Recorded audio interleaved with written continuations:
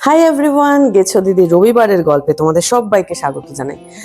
বেড়াতে যাওয়ার তো গল্প করা হয়, কিন্তু গেছো দিদি যেহেতু খুব খেতে ভালোবাসে আর বাঙালি পেট পুজো একটা বাঙালির একটা বিরাট বৈশিষ্ট্য, তাই জন্য আজকে রবিবারের গল্পে দুটো রান্না দেখানোর আমার প্ল্যান আছে। তো দুটো রান্নার একটার নাম হচ্ছে মতি পোলাও আর একটা হচ্ছে মাটন ডাক বাংলো। তো মতি পোলাও সম্পর্কে জাস্ট দু একটা কথা বলি। 18th সেঞ্চুরি লখনৌয়ের বিখ্যাত নবাব ওয়াজিদ আলী শাহর সময় এই মতি পোলাও তৈরি হওয়ার একটা রেওয়াজ ছিল, এবং মতি মানে ছোট ছোট মাংসের বল করে সেটা কিভাবে করা হয় সেটা অবভিয়াসলি দেখবো, এবং সেটা ভাতের সঙ্গে মিক্স করে ইটস আ ফ্যান্টাস্টিক পোলাও। তো আমি ফ্যান্টাস্টিক বানাতে পারি কিনা আমি জানি না, কিন্তু মতি পোলাও খেতে দারুণ হয়। তো মতি পোলাও প্রথম রান্না করব, আর দ্বিতীয় রান্না করব মাটন ডাক বাংলো। আমার মনে হয় এটা একটা ফ্যান্টাস্টিক কম্বিনেশন হতে পারে। তো আর বকবক না, এবার রান্নার দিকে যাব আর কিভাবে প্রিপারেশন করব তোমাদের দেখাবো। চলে এসো আমার সাথে। তো প্রথমে দিলাম হচ্ছে ডিম, এবার দেওয়া হবে হচ্ছে কিমা। আমি যেহেতু ভিডিও করছি তাই দিদি আমাকে একটু হেল্প করে দিচ্ছে কিমাটা দিয়ে। কিমার মধ্যে নুনটা আমরা আগেই দিয়ে রেখেছি, তাই জন্য আলাদা করে নুন দিলাম না। তোমরা অবশ্যই আন্দাজ করে তোমাদের পরিমাণ মতন নুনটা দিতে হবে, তো সেটা আমি আর আলাদা করে বললাম না। তো প্রথমে ওই যে গুঁড়োগুলো ছিল এবং ডিম দিয়ে প্রথমে চিকেনটা আগে আমরা একটু ভালো করে মেখে নিই, তারপরে কুচিগুলো অ্যাকচুয়ালি অ্যাড করি। ভালো করে মাখা হয়ে গেছে, এবার এই কুচিগুলো সবগুলো মিলিয়ে দিচ্ছি। আগেই বলেছি এটার মধ্যে আছে আদা কুচি, রসুন কুচি, ধনেপাতা কুচি আর অবশ্যই পেঁয়াজ কুচি। বেশ অনেকটাই পরিমাণ, কারণ কিমাটাও আমার অনেকটাই আছে, 1 কেজি কিমা আছে। হাত অবশ্যই ভালো করে ধুয়ে রাখতে হবে, এবং এটা বলাই বাহুল্য যে হাত দিয়ে আপনার হাতের মাধুরী মিশায় ভালো করে এরকম চটকে না মাখলে কিমার কিন্তু ভালো হয় না, এবং কিমার বল বানানো মানে আমার মনে হয় খুব একটা ভালো হয় না। তাই ভালো করে হাত ধুয়ে ওই হাতা মাতার থেকে হাত দিয়ে মাখাটা কিন্তু ইজ অলওয়েজ বেস্ট আমার মনে হয়।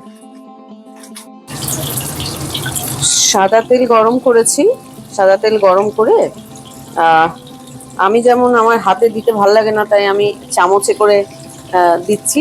খুব যে একদম মতির মতন একদম গোল গোল হচ্ছে তা নয়, আমাদের একটু বাজে দেখতে হচ্ছে, কিন্তু খেতে আমি শিওর খুব ভালো হবে। আমরা একটু ভয় ভয়ে ছিলাম যে মাত্র দুটো ডিম দিয়ে ওটা ছেড়ে যাবে কিনা, আর আমি কিন্তু ময়দা টয়দা কিছু ইউজ করি না, তো কিন্তু ছাড়ছে না, দেখো সুন্দর হচ্ছে। তো এটা ভাজতে ভাজতে যেটা করতে হবে সেটা হচ্ছে পাশে আবার গোল্লাগুলোকে অল্প অল্প করে পাকিয়ে রাখতে হবে আর কি, যাতে এই ব্যাচটা হওয়া মাত্র আবার এই ব্যাচটাকে নতুন ব্যাচটাকে বসিয়ে দেওয়া যায়। ফার্স্ট ব্যাচ ভাজা হয়েছে, আর দ্য হোল পয়েন্ট অফ রান্না করা ইজ রান্না করতে করতে খাবার চুরি করা। So I will do it নাও।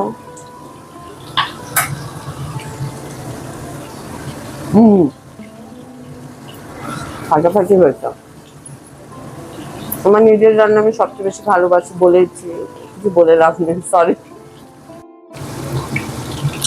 এবার উল্টে দেওয়ার টাইম এসছে, তো ভিডিও হাতে ধরে উল্টানোটা একটু টাফ,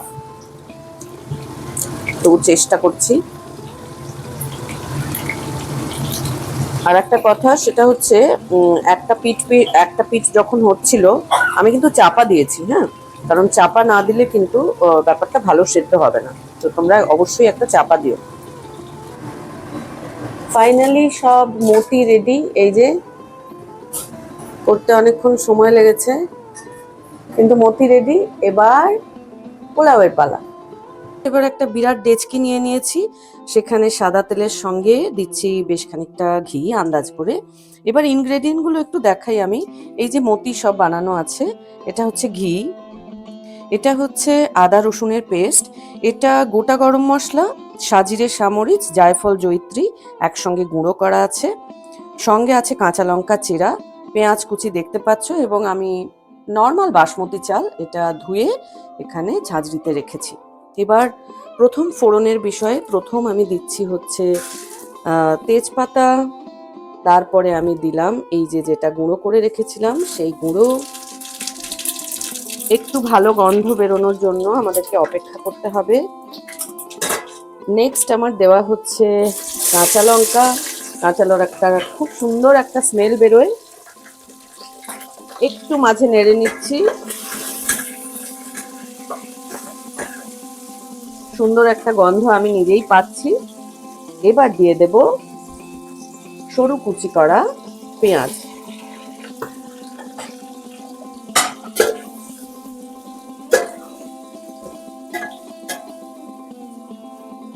নেড়ে নিচ্ছি এবং এটা একটু ভালো করে ভাজা ভাজা হবে। এরকম সুন্দর ভাজা হয়ে গেছে, তোমরা চেহারা দেখেই বুঝতে পারছো আশা করছি। এবার আমি আদা আর রসুনের পেস্টটা দিয়ে দিলাম। এবার আদা রসুনের পেস্টটা দেওয়ার পরে স্বাভাবিকভাবেই ভালো করে নাড়তে হবে। শুধু নাড়তে হবে না, কাঁচা গন্ধটা থাকবে না, এবং তেল বেরিয়ে যখন যাবে তখন আমরা পরের পর্যায়ে আবার যাব। পেস্ট সুন্দর তেল বেরিয়ে গেছে। সঙ্গে যেটা মাথায় রাখতে হবে, একটা বাসনে কিন্তু জল গরম করে রাখতে হবে। এবার আমাদের চাল দেওয়ার পালা। চাল ঢেলে দিলাম। চাল দেওয়ার পরে প্রথম কাজ হচ্ছে নুন দিতে হবে। হয়ে গেছে আমার আন্দাজ করে। এবার স্বাভাবিকভাবেই সবটা ভালো করে নেড়ে মিলিয়ে দিতে হবে। নিয়ে চালটা মোটামুটি আমি 5 থেকে 10 মিনিট কিন্তু একটু একদম লো গ্যাসে করে ভালো করে ভেজে নিতে হবে, যাতে আমাদের পেঁয়াজ কুচি, ফোড়ন, আদা রসুন পেস্ট এবং চাল ভালো করে মিশে যায়, প্লাস চালটা একটু ভালো করে ভাজাও হয়ে যায়। হয়ে গেছে আমাদের, এবং তোমরা যেটা শুনতে পাচ্ছ না, মানে শুনতে পাচ্ছ না, সরি, সেটা হচ্ছে খুব সুন্দর একটা গন্ধও কিন্তু বেরিয়েছে।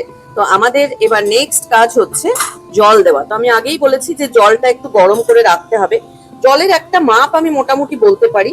চাল এবং যা জিনিসপত্র দেওয়া আছে সেটার সমান সমান তো জল দেওয়াই হবে। তার উপরে জাস্ট 1 কর জল দিতে হবে, হাতের করে 1 কর জল বেশি দিতে হবে। তাতেই কিন্তু আমি দেখেছি মোটামুটি পরিমাণটা ভীষণ ভালো হয়, কারণ এটা তো জল পুরোটা মরে যেতে হবে এবং ঝরঝরে পোলাও হবে। তো আপাতত জল দিয়ে ফুটতে দিলাম। চাল সেদ্ধ হয়ে গেছে, মোটামুটি হাফ সেদ্ধ হলে আমি এই যে অনেক মতি বানিয়ে রেখেছিলাম সেইগুলো এবার ঢেলে দেওয়ার পালা। তো সেগুলো ঢেলে দিয়ে স্বাভাবিকভাবেই একটু নেড়ে দেবো আমি। আর তোমাদেরকে এটা বলার অপেক্ষা রাখে না, বাট মাঝে মাঝেই তোমরা একটু টেস্ট করে দেখবে যদি নুন দিতে হয়। আমি যেমন একটু মিষ্টি দিয়েছি, কারণ একটু সামান্য একটা মিষ্টির ফ্লেভার, মিষ্টির টেস্ট ইনফ্যাক্ট ভালো লাগে। তো সেটা মাঝে মাঝে তোমরা ইন বিটুইন দেখবে। এবং চালের জল যদি কমে যায়, স্বাভাবিকভাবেই পাশে তো একটা গরম জল করাই আছে, তো সেখানে you can add water in between. এই মতি পোলাও ইজ ডান। দেখতে কেমন লাগছে আমি জানি না, কিন্তু খেতে খুব ভালো হয়েছে। তো লাস্টে গরম মশলার গুঁড়ো দিয়ে দিলাম, আন্দাজ করে তোমরা দেবে। এবং অবশ্যই আমি যেটা একদম শেষে দিই, যেটা আমার মনে হয় টেস্টটা খুব এনহ্যান্স করে, সেটা হচ্ছে ঘি। তো এই গেল মতি পোলাও। এরপরে আমাকে মাটন ডাক বাংলো শুরু করতে হবে। ম্যারিনেশনের পালা। আমি মিডিয়াম সাইজ করে মাংস আনতে বলি, চর্বি কম। এটা হচ্ছে আদা রসুন এবং কাঁচা লঙ্কার পেস্ট। মোটামুটি আন্দাজ করে, আমার কাছে 2 কেজি মাটন আছে, আন্দাজ করে দিতে পারো। এটা যাবে মাংসে। এছাড়া আমি যেটা সাজিয়েছি সেটা হচ্ছে হলুদ, লঙ্কার গুঁড়ো আর অল্প শুধুমাত্র জায়ফল গুঁড়ো, রাইট। সঙ্গে যেটা যাবে সেটা হচ্ছে, আমি আমুল মাস্তি দই ব্যবহার করতে ভালোবাসি। তো এই দই 2 কেজি মাংসে আমি মোটামুটি 350 গ্রাম মতন দই দেব। তো এবার সব ইনগ্রেডিয়েন্টটা দিয়ে দিচ্ছি। গুঁড়োগুলো আমি দিয়ে দিয়েছি, এরপরে বাটাটা দিয়ে দিলাম। এবার পালা হচ্ছে দই দেওয়ার।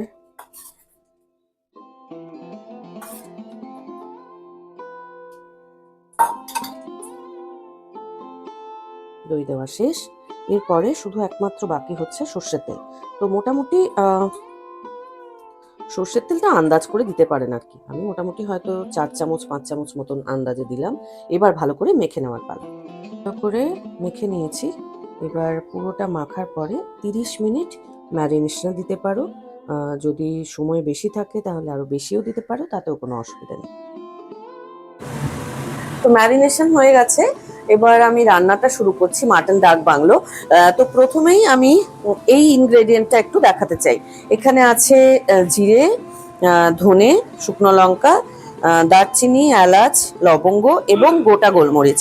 তো এইটা একটা মশলার মিক্সচার, যেটা কিনা আমি খালি খোলায় ভাজতে দেব।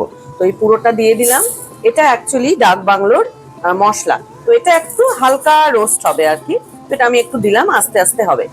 এবার অ্যাকচুয়ালি এটা ডেচকিতে করলে ভালো, কিন্তু আমি যেহেতু আলটিমেটলি প্রেসারে দিতেই হবে মাটন ভালো সেদ্ধর জন্য, তো আমি প্রথমেই মাটন প্রেসারে দিয়েছি এবং এখানে আমি সর্ষের তেল দিয়েছি। তো আমি 2 কেজি যেহেতু আমার মাটন আছে, মোটামুটি ওই 700 গ্রাম মতন পেঁয়াজ কুচি আছে। তো এখানে আর কোনো ফোড়ন দিতে হয় না, তো এখানে প্রথমেই আমি ডাইরেক্টলি পেঁয়াজগুলো ছেড়ে দিলাম। তো এটা করতে করতে আমি একটু একটা ছোট্ট মাটন ডাক বাংলোর একটা ছোট্ট গল্প বলতে চাই।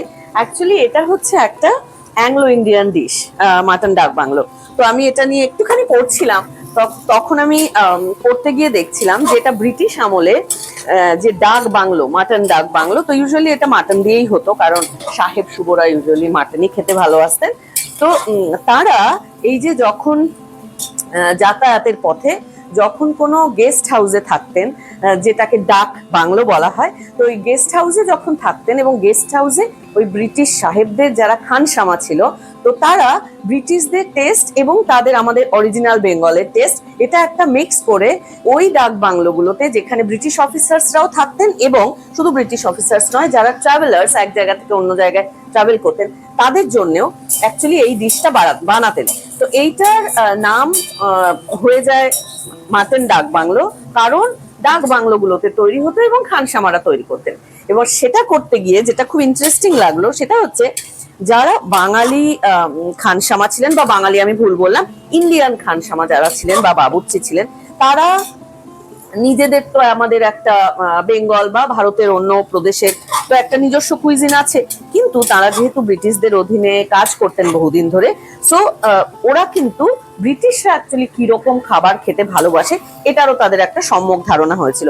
সেই কারণে ওরা এই মাটন ডাক বাংলো যে রেসিপিটা, সেখানে অবশ্যই তারা ব্রিটিশ যারা খাবেন তাদের কিসে ভালো লাগবে সেটা তো একটা বিষয় ছিলই, তো সেটার সঙ্গে ইন্ডিয়ান আমাদের যে কুইজিন বা বাঙালি কুইজিনের অনেকটা, সেটাও কিন্তু একটা মিক্স করে এই রান্নাটা অ্যাকচুয়ালি গোড়াপত্তন করেন এবং তারা শুরু করেন।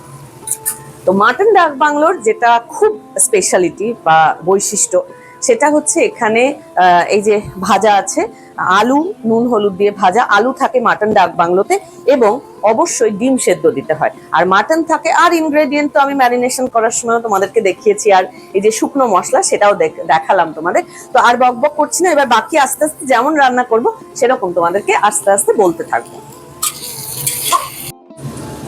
পেঁয়াজ মোটামুটি ভাজা হয়ে গেছে, এবার যে ম্যারিনেটেড মাটনটা ছিল সেটা এখন দিয়ে দিচ্ছি। তো মোটামুটি একটু পিঙ্ক রং দেখতে পাচ্ছ তোমরা নিশ্চয়, কিছুগুলো একটু লালচেও হয়েছে, সেটা হয়তো অতটা বোঝা যাচ্ছে না, বাট এবার পুরো মাংসটা দিয়ে ভালো করে স্বাভাবিকভাবেই পেঁয়াজের সঙ্গে নেড়ে নিতে হবে। মাটন ভালোই কষানো হয়ে গেছে, তেলও বেরিয়ে গেছে। এবার আমি আমি যে মশলাটা বানিয়ে রেখেছিলাম, এই যে মশলা, সেই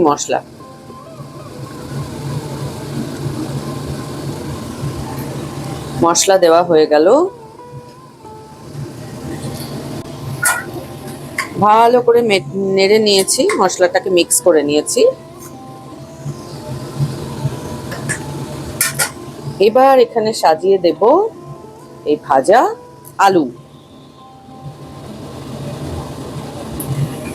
আলুগুলো সাজিয়ে দেওয়ার পরে আমি সিটিতে বসিয়ে দেব। একটা জিনিস আমি বলতে ভুলে গেছি, মাটন ডাক বাংলোর রেসিপিটা সবকটা স্বাদই খুব চোখামোখা হয়, মানে নুন ঝাল, এবং যেটা আমি বলতে ভুলে গেছি সেটা হচ্ছে মিষ্টি কিন্তু অবশ্যই দিতে হবে। So this is the final look of mutton dak bungalow.